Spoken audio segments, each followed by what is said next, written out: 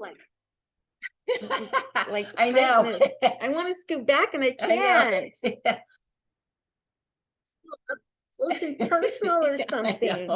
I know we are. Welcome back. Oh, how can we have two screens? We always do. We do? Yeah. I knew that. Yes. I was testing you. Yeah. All right. Today is a big day. Why? Because it's fascinating. I mean, with the movie, the Elvis movie Oh, coming out. yes. It's just, yes. wow. I feel like my hair's like ZZ Tops. You know if how they go. anybody's hair is, it would be mine. Look how it's so poofy. No, your hair looks pretty. You know how they do that thing like goes like that?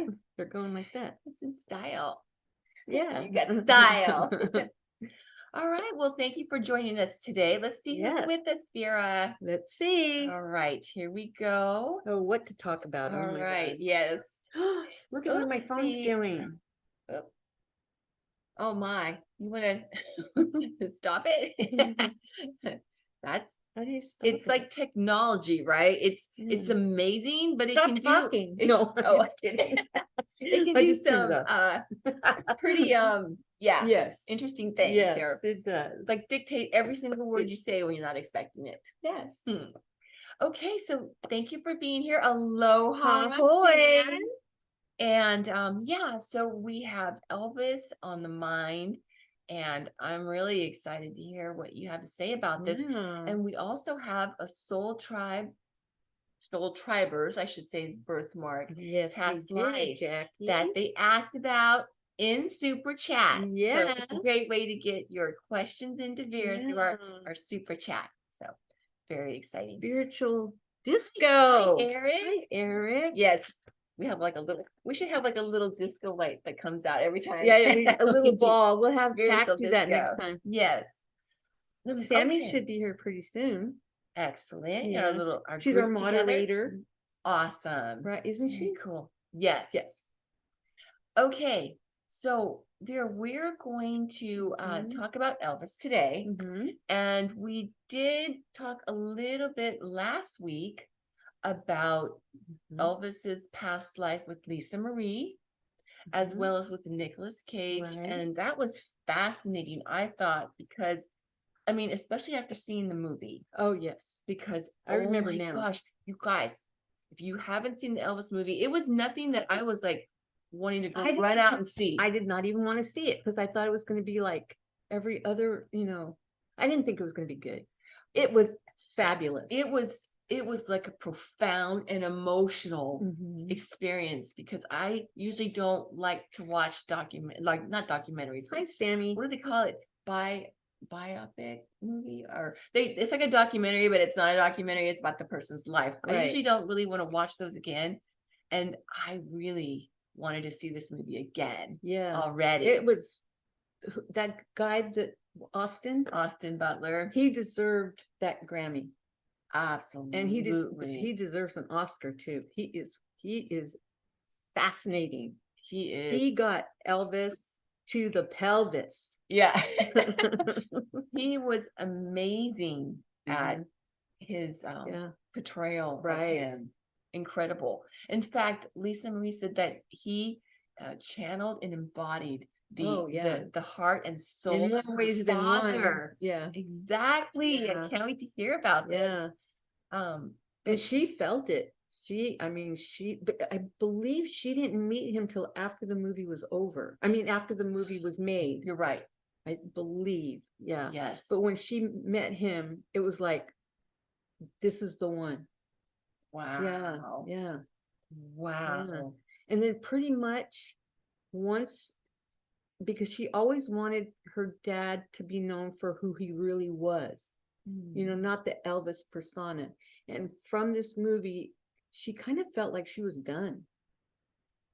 Like her chart was complete. Oh my gosh. Yeah. I know she has children and things like that, but sometimes, we all have our chart, but she felt her chart was complete. Oh my gosh, it's amazing. Do you want to share a little bit about Elvis and like what past life with her, you mean? I thought about Is he back in life? Well, remember we talked about that before. And I Yes. said he was back in. Yes, you But I thought he was did. younger, but he's not. Well, you said that you got that he had blonde hair in this life. So Yeah. in other words, Elvis is back in life right now. And he was gonna sing. Mhm. But after seeing this and then just getting chills after chills after chills, it's Austin. It is Austin. I think it's He's back. It's He's back. And the amazing. best thing about it is Elvis always wanted to be where am I supposed to look again? Right here. Right there. Elvis was always wanted to be a serious actor. That was his dream in And his look past it. life as Elvis. That's what he wanted to do. And now he is. Isn't And that he still awesome? sings. And He can sing. exactly. But it doesn't have to be like what he really didn't like those movies that he was doing because they were No, cheesy. exactly. You know? Well, as you'll see in the movie when you watch it, Mhm. his manager was just trying to just pump he was out all horrible. these movies. He That had this man- recipe that he, in his mind, was working and to get them done as fast as possible, but they weren't quality movies. Yeah. It wasn't what he wanted to do. And I mean, his manager was such a financially abusive, horrible, rotten person. I'm sorry. No What a soul, cheating, basically. lying. I would say snake in the grass, but that's Snakes are putting down nice, snakes. yeah. That's putting down snakes. Well, anyway, so Vera, to your point, isn't it awesome that Lisa Marie was able to live long enough to be reunited Yeah. with her father? But if you It's see her whenever amazing. she's with him, and she'll put her head on his shoulder, or they'll hold hands. You know, it was pretty neat. Just the way they looked at each other. Mhm. You know. So, and she goes, he just got my dad. It's so amazing. And I thought this was really neat too. I saw one of good. his. So, Incognito is a native of Tennessee, Memphis. Yeah. Oh, wow. Spot on. The guy is amazing. He really is. And I hope he keeps acting and doing everything that Elvis wanted to do. Exactly. It's and he's never going to get screwed over by an agent. Exactly. Yeah. He has learned that one. Let's hope. Yes, please. But you know, I found this quote and I thought it was really cool. You might have seen this too.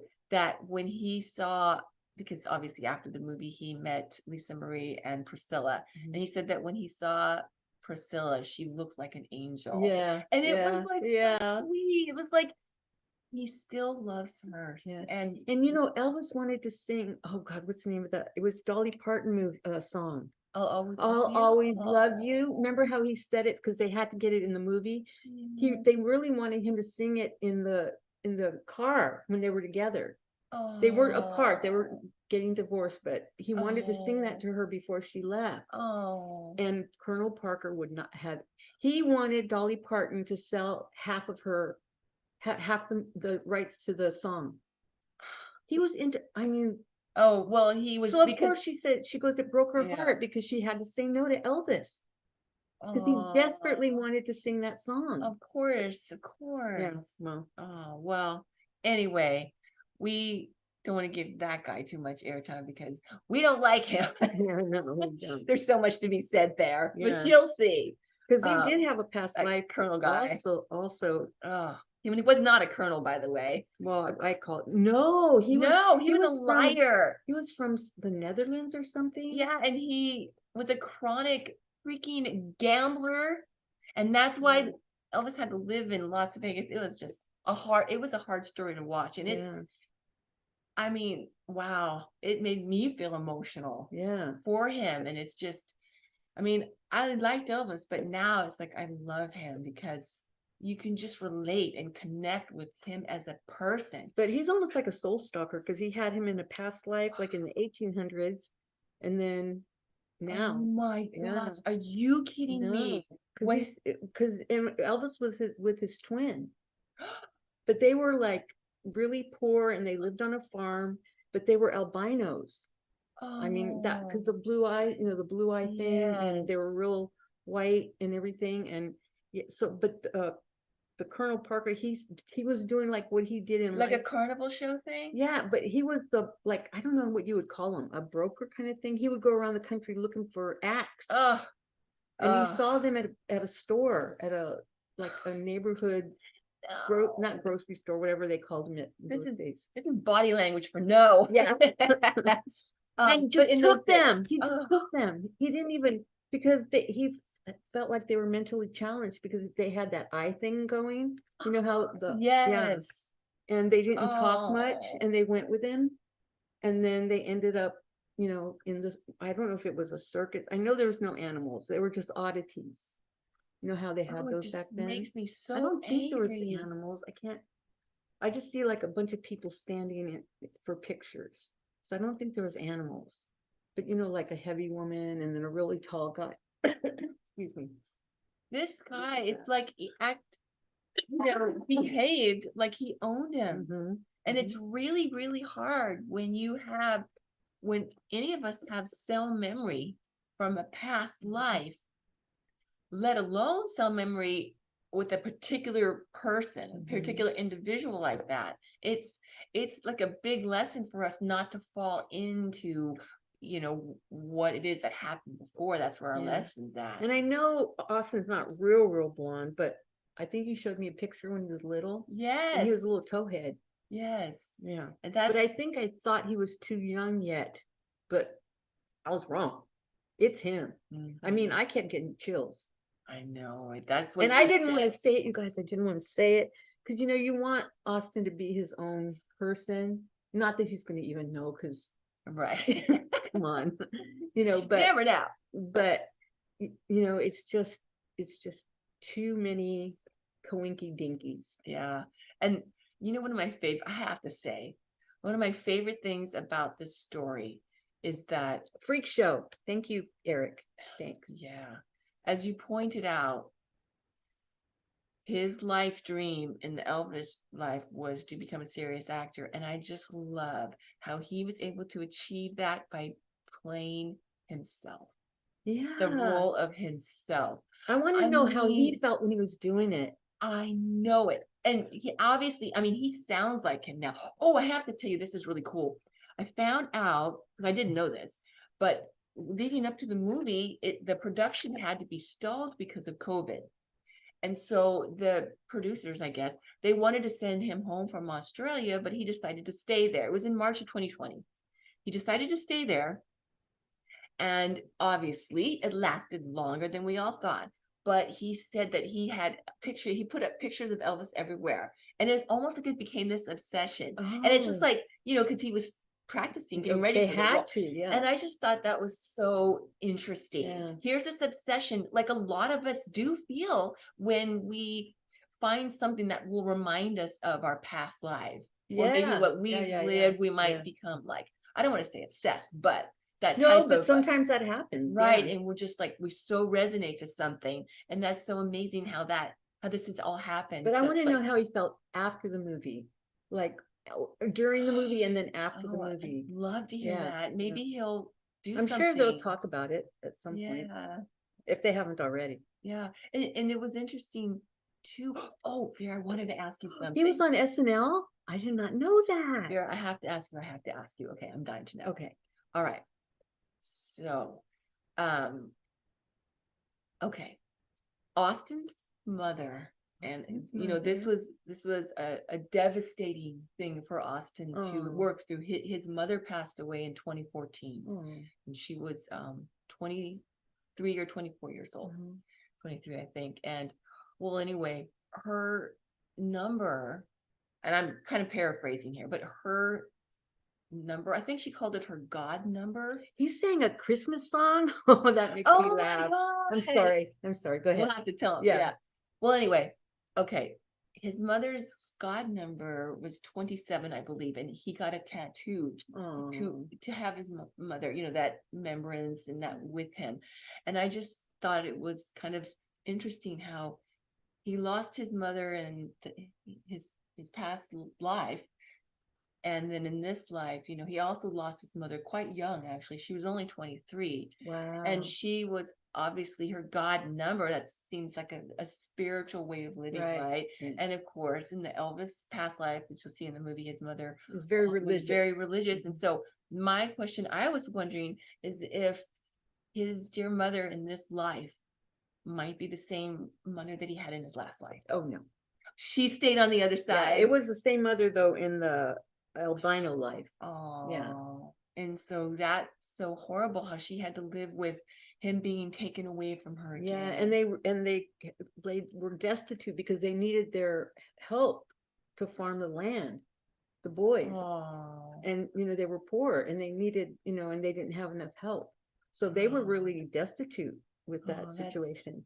And it's interesting too because what was it? Austin was born on August 17th, 1991, and then Elvis died August 16th. Oh my gosh! Yeah. Wow. 1977. Yeah, so 14 years apart. Wow! But almost to the day. Yeah. Isn't that amazing? Yeah. Wow!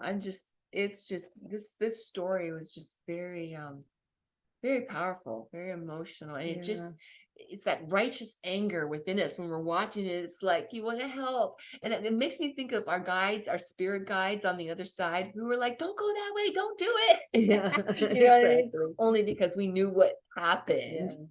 But yeah, pretty cool though, because in the life, or interesting, I should say, in the life before his Elvis lifetime, last week we talked about, you described a life before that when he was in the deep South, but in that life he was black. And he was killed because he was so good of a singer. But the people didn't like that in that time, right? And I thought that was interesting, how interesting in his Elvis life, he did the country music, but he did it with the soul, the rhythm, because that's where he was so poor and he grew up in the South, in the black community. Right. And so he loved those revival tents that he used to go to. And his friends used to get so upset with him because they wanted to go play or do something else. And he wanted to go to the revival meetings. And he would go inside and they welcomed him. Yes. Yeah, and he would sing and everything. So amazing. Yeah. And what I found interesting about that is that I would imagine, maybe you could tell us, in his singer life in the deep South, when he was a black singer, I would imagine that maybe his life dream might have been to be like famous, really put himself out there, to really get out there before he was killed, or a goal at least. And then in the Elvis life, he did accomplish that. So it's interesting, isn't it? But I think it was more about the song, to be able to sing. It wasn't about being more out there. It's just that he got so much fulfillment about just being able to sing. He just put everything into his songs.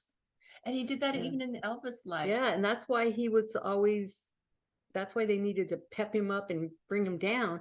Because when he had to do 2 shows a day for how many 5 years, 7 days a week. 7 days a week. That's awful. And he didn't just do half-ass. He would do give his all every show. Exactly. So that was like what was really bad for his health.